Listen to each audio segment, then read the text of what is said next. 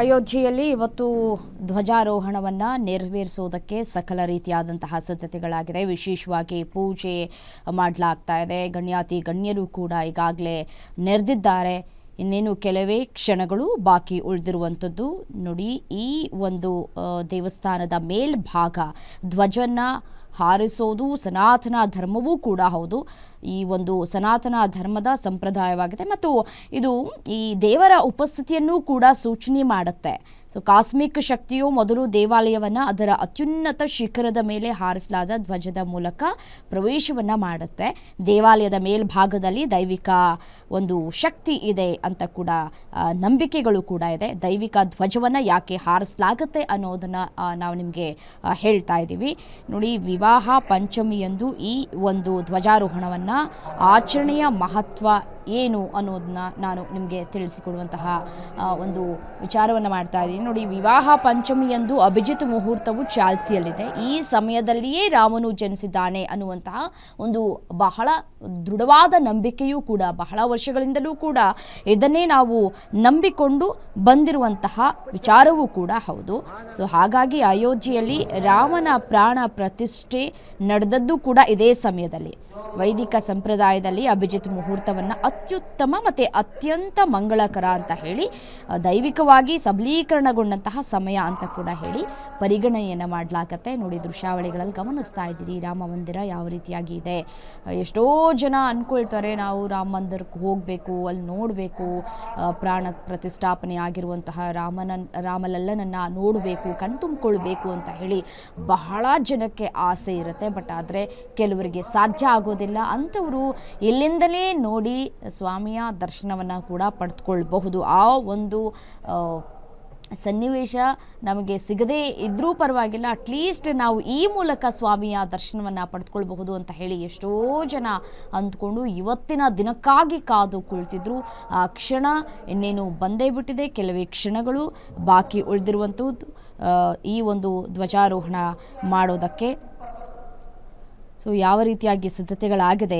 ದೇವಾಲಯ ಮೇಲ್ಭಾಗದಲ್ಲಿ ಧ್ವಜವನ್ನು ಯಾಕೆ ಹಾರಿಸ್ತಾರೆ, ಯಾಕೆ ಹಾರಿಸ್ಬೇಕು ಅಂಥೇಳಿ ಕೆಲವರು ಗೊತ್ತಿರೋದಿಲ್ಲ. ಕೆಲವರು ಪ್ರಶ್ನೆ ಮೂಡಬಹುದು.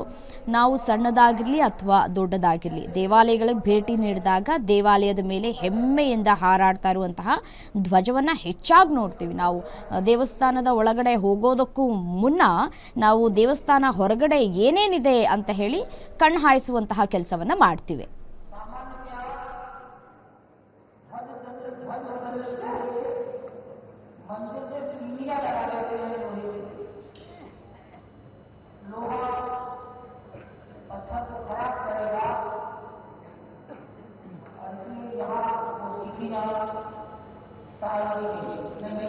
ये सीधा प्रसारण श्री अयोध्या धाम से प्रधानमंत्री नरेंद्र मोदी मौजूद हैं भगवान श्री राम जन्मभूमि मंदिर में, जहां पर ध्वजारोहण अब से थोड़ी देर बाद होगा।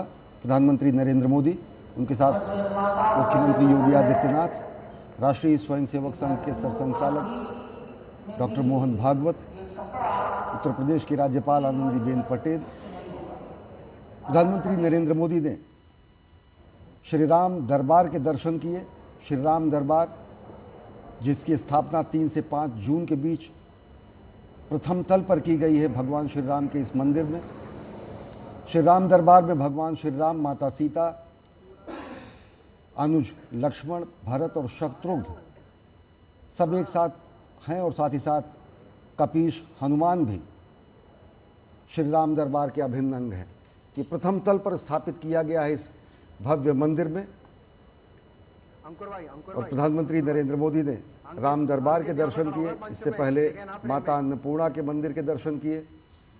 और राम दरबार कहीं न कहीं भगवान श्री राम के राज्याभिषेक का प्रतीक है, रामराज का प्रतीक है। राम दरबार उस भावना का प्रतीक है जो कहा जाता है कि सब नर रहें परस्पर प्रीति, चलहि स्वधर्म निरत श्रुत नीति, दैहिक दैविक भौतिक तापा राम राज नहीं काहू हुई व्यापा। ಪ್ರಧಾನಿ ನರೇಂದ್ರ ಮೋದಿ ಅವರು ಅಯೋಧ್ಯೆಯ ರಾಮ ಮಂದಿರದ ಮೇಲೆ ಕೇಸರಿ ಧ್ವಜಾರೋಹಣವನ್ನ ನೆರವೇರಿಸಲಿದ್ದಾರೆ. 5 ವರ್ಷದ ಬಳಿಕ ಅಯೋಧ್ಯೆ ರಾಮ ಮಂದಿರ ನಿರ್ಮಾಣ ಪೂರ್ಣಗೊಂಡಿದೆ. ಇದರ ಸಂಕೇತವಾಗಿ ಇವತ್ತು ಅಯೋಧ್ಯೆಗೆ ಪ್ರಧಾನಿ ಮೋದಿ ಅವರು ಭೇಟಿಯನ್ನ ಕೂಡ ಕೊಟ್ಟಿದ್ದಾರೆ. ವಿಶೇಷವಾಗಿ ಪೂಜೆಯನ್ನ ಕೂಡ ನೆರವೇರಿಸಿದ್ದಾರೆ. ರಾಮ ಮಂದಿರ ಗೋಪುರದ ಮೇಲೆ 22 ಅಡಿ ಎತ್ತರದ ಭಗವದ್ ಧ್ವಜಾರೋಹಣ ನೆರವೇರಿಸಲಿದ್ದಾರೆ ಪ್ರಧಾನಿ ನರೇಂದ್ರ ಮೋದಿ ಅವರು. ಇನ್ನೇನು ಕೆಲವೇ ಕ್ಷಣಗಳು ಬಾಕಿ ಇದೆ. ಪ್ರಧಾನಿ ಮೋದಿ ಅವರು 22 ಅಡಿ ಎತ್ತರದ ಧಾರ್ಮಿಕ ಧ್ವಜಾರೋಹಣ ಮಾಡಿ ಸಾಧುಗಳು, ಗಣ್ಯರು ಮತ್ತು ರಾಮ ಜನ್ಮಭೂಮಿ ಟ್ರಸ್ಟ್ ಸದಸ್ಯರ ಸಮ್ಮುಖದಲ್ಲಿ ಧಾರ್ಮಿಕ ವಿಧಿವಿಧಾನಗಳನ್ನು ನಡೆಸಲಿಕ್ಕಿದ್ದಾರೆ.